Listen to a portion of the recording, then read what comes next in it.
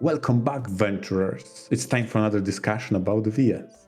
I am Emma, and together with Taurus we shall discuss a topic while laughing maniacally.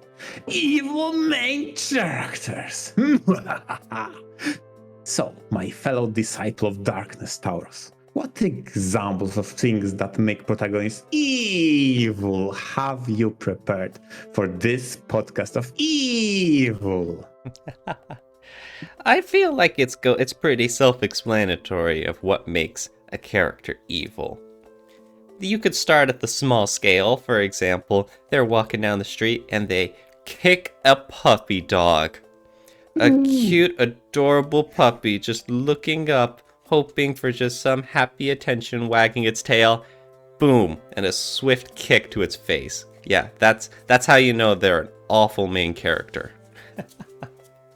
And then, of course, there's the bigger picture kinds of things, like a medieval story of some demonic ruler hoping to invade the lands and rule all of it over its king dictator for life. The whole idea of having an evil or villainous main character is very intriguing, especially in something like a visual novel where you get to see a lot more of the monologuing and their inner thoughts of a main character. I think it's an interesting wrinkle that you don't often see with many other series, like not too often with, say, a book or a TV series or an anime series or what have you. So first off, what are your initial thoughts about evil main characters, MR? Is that the sort of thing you'd like to see? Or is it perhaps, something you couldn't care for? Well, we need to answer one simple question. What is so enticing about evil protagonists? And maybe the answer is as simple as, being evil is cool, okay? You don't get to act evil in real life. So sometimes you want to read something when those characters are evil. And then maybe, just maybe, the game will give you some sort of path of redemption, or maybe you'll play them unapologetically evil, and in addition to just kicking a single puppy, you kick a small kitten as well. So much evil. That's a good point. You mentioned where, if I can interject, you said that sometimes people just want to see a character who's cool. Well, you can have good characters who are cool, too. There's the idea that, being an evil person who is selfish, only cares about themselves, and doesn't care about the casualties and the consequences they leave in their wake. Something inherently, badass about that. But you can have, shades of gray, a character who's, some people would call an anti-hero, someone who is the main character and is relatively the good guy, but will cut a lot of corners and take matters into his own hands as well. And in some cases, that's one of the big topics here that's been bouncing around in my brain, is that there are layers to being an evil, villainous main character. And I think one of the biggest distinctions is where you have someone who is entirely villainous versus those individuals who are more like the jerks with a heart of gold, right? Yeah, definitely. Because when it comes to a jerk with a heart of gold, it's, while maybe not necessarily it's a cool character in the way of being evil and doing evil deeds for evil's sake, and a reader can laugh at that or maybe appreciate how funny that is. A jerk with a heart of gold maybe is an bad spot, but tries to do good despite all of that. Or maybe there is a subset of things that he doesn't do evil against. So, for example, he values friends, or maybe values innocent civilians. Has a heart of gold for a particular subset of things that could be subject to his evil, but he refuses because of the code of honor that kind of protagonist has. You could argue that in a title like Planetarian, the main character is extremely gruff and solitary, and really just doesn't want to get involved with the main heroine's overbearing cuteness and eagerness and all of that. And in a way, you could say that being rude is evil in a story with such a limited cast. But again, it's the sort of thing where it's the heart of gold, where he is definitely warming up to the idea of sharing someone else into his life. But again, would you really say just being, gruff and socially rude to someone makes someone a villain? It makes them evil? Because usually you would think of someone who's, I think you would say, almost the villain of someone else's story, right? Sure. Yeah, that's like sometimes in more grounded stories, people can be judged by circumstances or environment. And in order to survive in that environment, they were, let's say, less moral. But underneath all of that, they want to do good if given opportunity, right? Yes. But like I mentioned, I think visual novels have a lot more, I suppose you could say, breadth to allow for completely irredeemable main character types because of the whole, I guess you could say, nukige and darker aspect sides of things. Like, I mean, just to pull one out of a hat, I mean, a basic one would be like, what's its name? Kuroino? Oh, yeah. The other one that... Oh, God damn that. You go with big guns today, okay? Well, okay, I'm pretty sure a lot of people know that one. They recognize it. Even though it's a very... But for those who don't, please tell us what it's about. Yes, even though it's a very standard example of, hey, here's this fictionalized medieval European swords and magic world, and the main character is the evil conqueror who's going to invade the lands and do heinous things in very explicit detail for certain purposes for the reader. Can you be more precise? Because I still don't understand. What was the title about? I think I would like to, but a certain hosting site called YouTube may have a problem with it. So, no, thank you. Okay, fine. Fair enough. There'll be some dark elves involved, okay. Yes, quite a few. But yes, in this one, yes, you have a main character who is straight up evil, but the point of this being a nukige is that the story isn't a terribly important aspect of the story. Of the product, I guess I could say. And so you don't have to worry about that stuff because you're focused on the H stuff. And in that sense, the reader can fully enjoy all the heinous, villainous stuff going on. Honestly, in that kind of setting, the evilness is almost like an excuse to bring forth the material that you're referencing in a very careful, roundabout way, so it doesn't upset YouTube upstairs. Okay? Yes, because I guess that's part of the to a certain degree, I suppose, self-inserting. So where a reader can live out that fantasy of just being a terrible human being, because it is fantasy. You're reading a story and just enjoying it, and then you can put it down and walk away and be like, oh, okay, back to normal life. True. I mean, yes. To contrast that kind of unapologetic evil of a character that doesn't know good and does so for the pure hedonistic pleasantries, right? Let's look at Saya no Uta, in which you have a protagonist that is, for all intents purposes, doing evil, but doesn't really know how to do anything else because his entire viewpoint is so warped by a disease Fuminori is stuck with. That's what he does. Because he sees only Saya as the one solace in his world, right? Saya no Uta is another great example because this is where you have someone who is almost completely villainous when the story starts. But this takes a very, I guess you could say, a literary analysis toward a view of how you treat a villainous main character. And I think it's a great way of handling it. Because when Saya no Uta begins, our main character, Fuminori, has already been living with his messed up eyes and living in this whole Meatscape world for like a month or so. At this point, he is barely hanging on. He talks about meeting Saya and how much he has already turned his back on the world.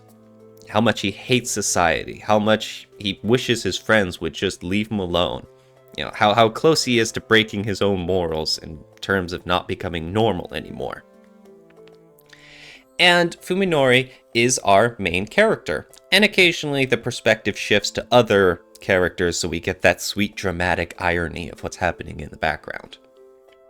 But he is definitely our main character, and, without going into too much spoilers, about halfway through the story, there is a choice to be made of whether he fully commits into being his new depraved self with Saya, or if he pulls back into the world of normal human life. And you can interpret this as whether he fully dives into being a villain, or if he wants to, I guess, hold on to some amount of humanity, still be on the good side of things.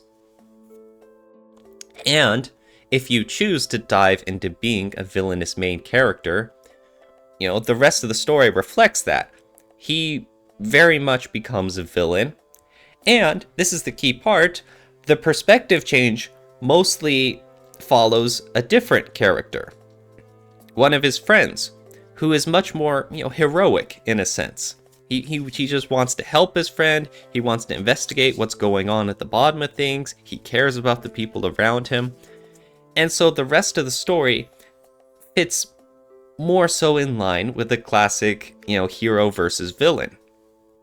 But the story kind of abandons Fuminori as main character because there no longer is a point to following this villainous main character. And I think that's a problem that a lot of stories fall into the trap of, where they get too caught up in the idea of, hey, let's have an evil main character who does all sorts of evil stuff with his evil forces of evil. But yet, they forget to tie any sort of character development, of story beats, of character growth involved. All the things that make a story interesting for the readers to follow along.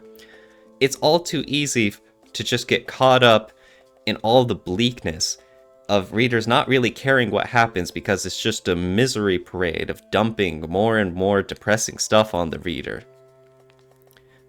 Because in my opinion, readers don't really want to see bad things happen to good people. Yeah, there is a niche of people where that kind of story is interesting, but again, that's a niche. Most people want something to cheer for.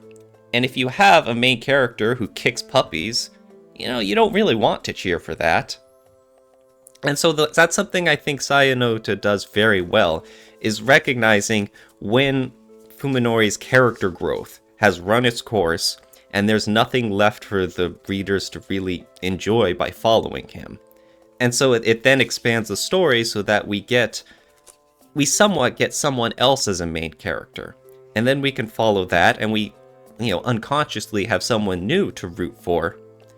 And then we can still get invested in the story without getting burnt out at how bleak everything gets in Sayonota. So, and to backtrack a little, I do think it's very difficult to tell a proper story when you have a villainous protagonist. There still has to be some amount of storytelling, the meaningful conflict involved, instead of just diving in headfirst into seeing how messed up can I make this story. It's a balancing act, true.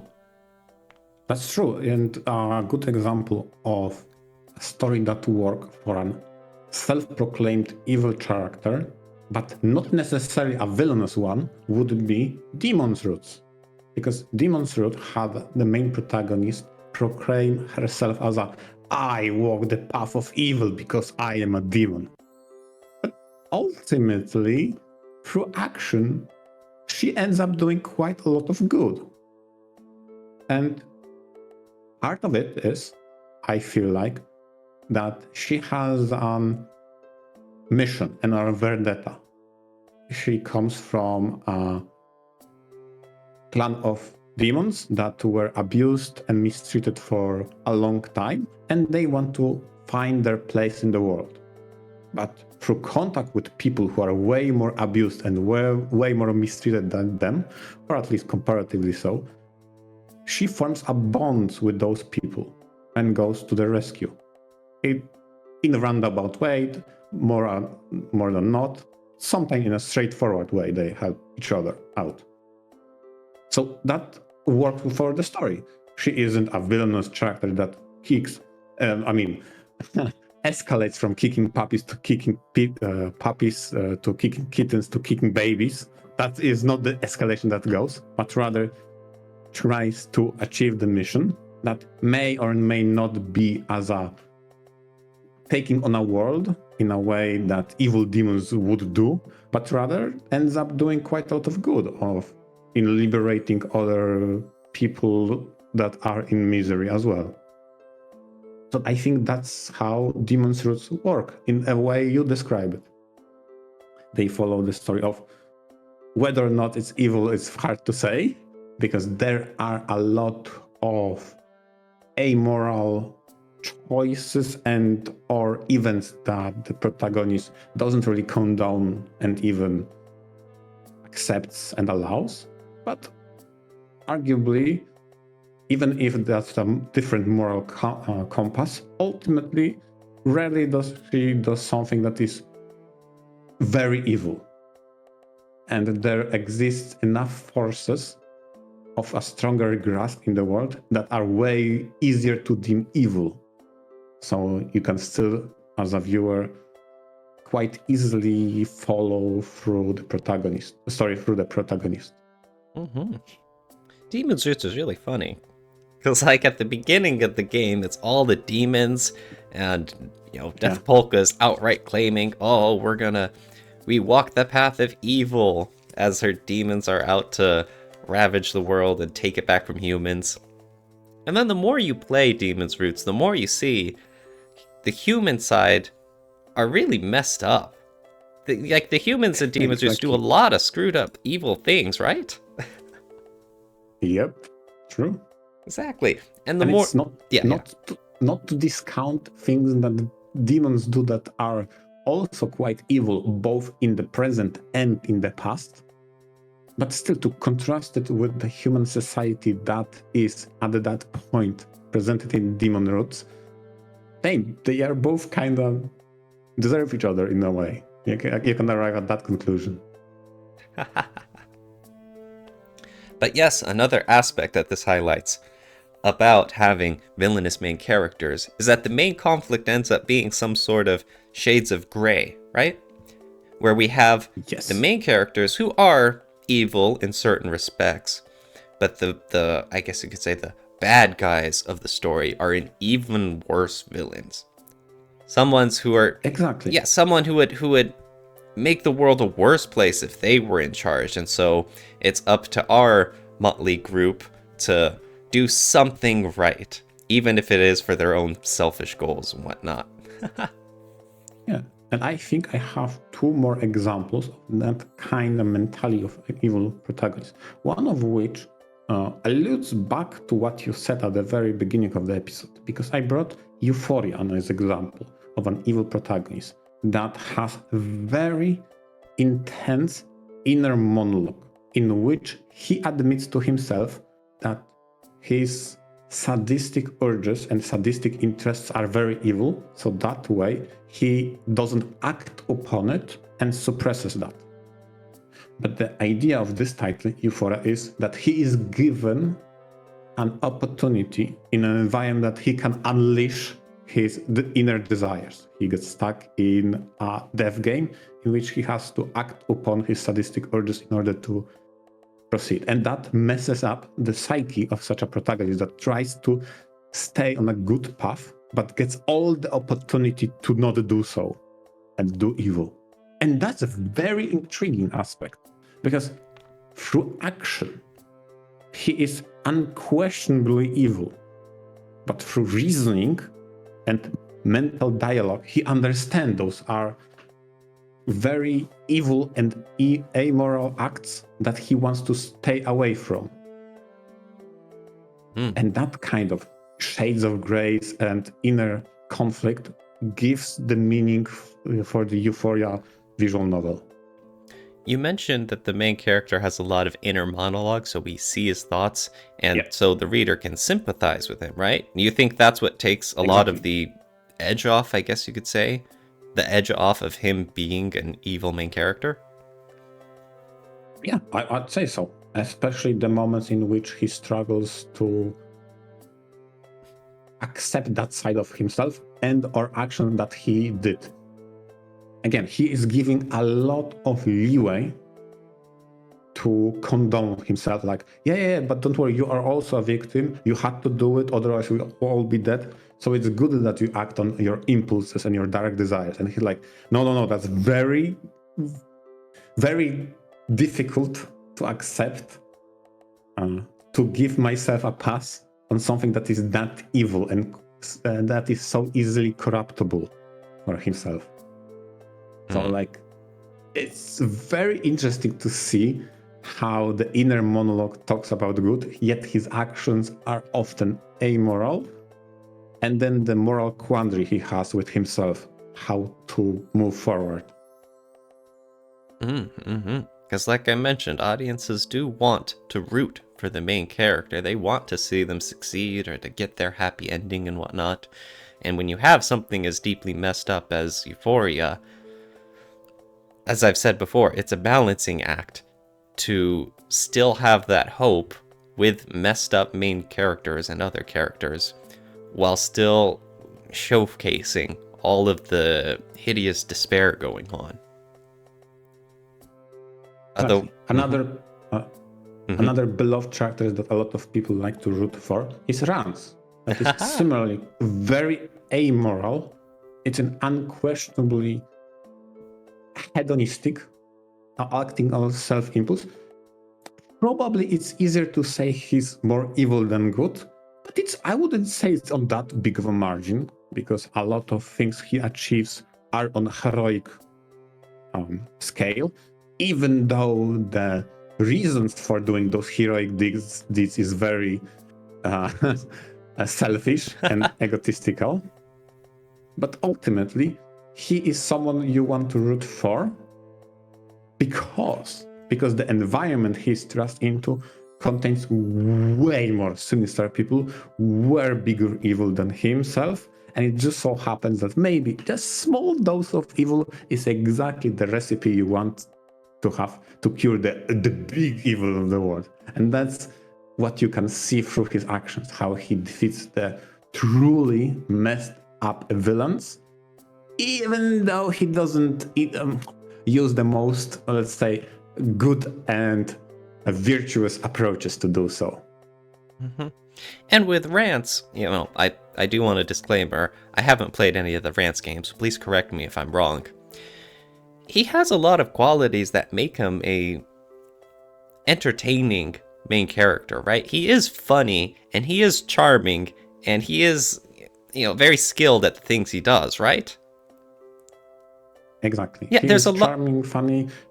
There's a lot of good qualities about him for the readers to root for, even if he does have some very off-kilter attitudes about things, right?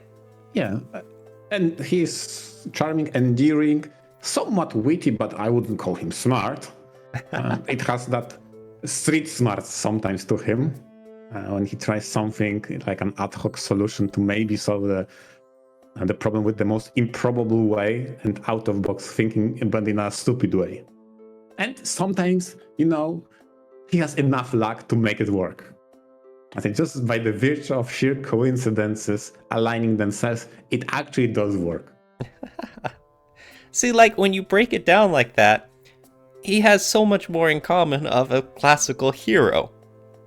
And I mean, that's for a good reason. Like I said, you want audiences to like him. He's the main character. He's the guy that your audience is going to see a vast majority of the game. And in a sense, he's kind of the most important character in the series. Just, both in-universe and, meta as well. And so, like you mentioned, there's a lot of good qualities about him. But at first glance, you would kind of hesitate to say he's a hero. Like, that's the whole point. We are talking about rants in an episode called Evil Protagonists. True. So there's some question to it, but a lot of that adds to his charm in a sense. It makes him unique, and it gives him and his series a unique hook compared to everything else. But like I've said before many times, it's a very difficult balancing act to where you need him to be different and unique, but you don't want audiences to be repulsed by him in the way that audiences are repulsed by the real villains in the Rant series, right? Exactly. Yep. I always think that kind of approach to main characters, all the richness involved and the many different types of people you can have as protagonist, is very interesting. Oh yeah, true. And it's a very much something that VNs enable just by the addition of inner monologues. You can make it so much more deeper and so much more varied in your protagonist than just outward appearances and outward actions. Rather, also consider the inner monologues of how they think and function by reasoning. Now, granted, I have one more example to discuss with you, and it's more pertains to the evil with the heart of gold kind of characters, but more so in a way that they are inherently evil by nature, but you get an opportunity, both as a reader and through interactions with other characters, to quote the meme, so to speak, I'll fix him, okay? So I specifically picked up Venus Blood series, because this is a series of titles that pits you in a role of a protagonist that is inherently evil, because let's get VNture out of the way. You are a demon born in a noble family, and you partake in a lineage succession battle. And it just so happens that the measure of which the successor will compete in is the invasion. So like approach that very matter of fact, another country to invade. What a bore. So you set out for an invasion, you conquer the lands, and you interact with those characters in the land. And throughout those interactions, as well as you as a reader with your choices, you have an opportunity to tone down his evilness and make him more reasonable and see the light, so to speak. So you quite literally can fix him.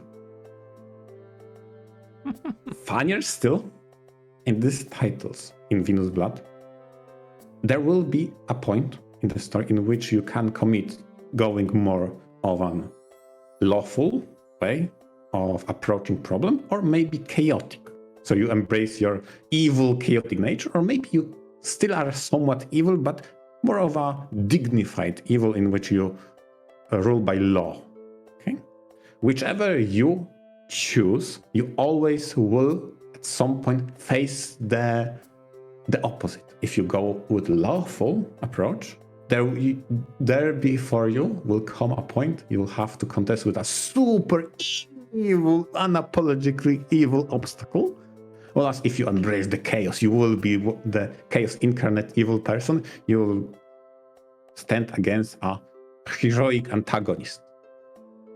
So in a funny way, those titles explore evil protagonists in which a way you, the reader, can fix him to be better, but then you will get opposition in forms of the true demons that were true to their nature. Or if you don't redeem him, the game will punish you by giving you an obstacle that is a true hero that came to slay the demon king in which you are. So that's actually really cool. It has that cool factor in it and gives you an opportunity for redemption in certain aspects. Although I think we can all agree what the worst kinds of evil main character implementations are in visual novels. Oh, God. Yeah, that's when there's multiple choices, and then you get yourself into a bad end, and for like 2 minutes you see the main character doing something evil and be like, I can't believe things have led to this, and he angsts about it, and then the credits roll. Bad ending. Oh my god. Okay. I guess you can make a choice which explores what if somewhat grounded, someone somewhat good of a protagonist get tempted in and got seduced into being evil and make a bad end out of that. But this is so... I don't like it. And some of the games went ridiculous. You can turn blue from being so evil. You are so evil. You completely change your outward appearance. It's like if you know you're gonna have a throwaway, nothing, bad ending, and it's like, here's your chance to actually do something interesting. Like, go commit to it, have fun. You know, give it longer than just 30 seconds of some guy going, ah ha ha ha, I'm the villain, and then I conquered the world and I ruled over everything with an iron grip. The end. It's like, oh, come on. Make an evil chapter. Yeah, exactly.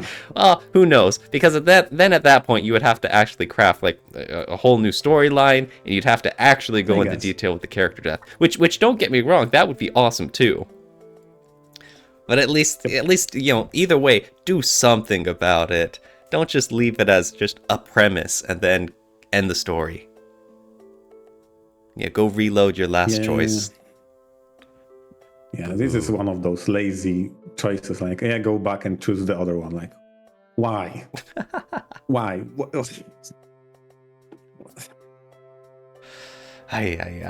But generally, yeah, like we talked about, main characters being evil, very interesting. A lot of different implementations, a lot of different ways the story can play out, a lot of different approaches to how the reader will engage with the story as well. Very interesting. Exactly. And those are cool, so I like them, okay? Yeah, cool, badass. Takes matters into his own hands. Doesn't care about the rules. Yeah. Screw the rules, I am evil. Yes. So thank you everyone for listening. Hope you enjoyed the episode, and let us know if you have any thoughts or comments below. Yeah, thanks all our listeners, and leave in the comments what is your favorite evil character or maybe evil protagonist. VNture out. VNture out.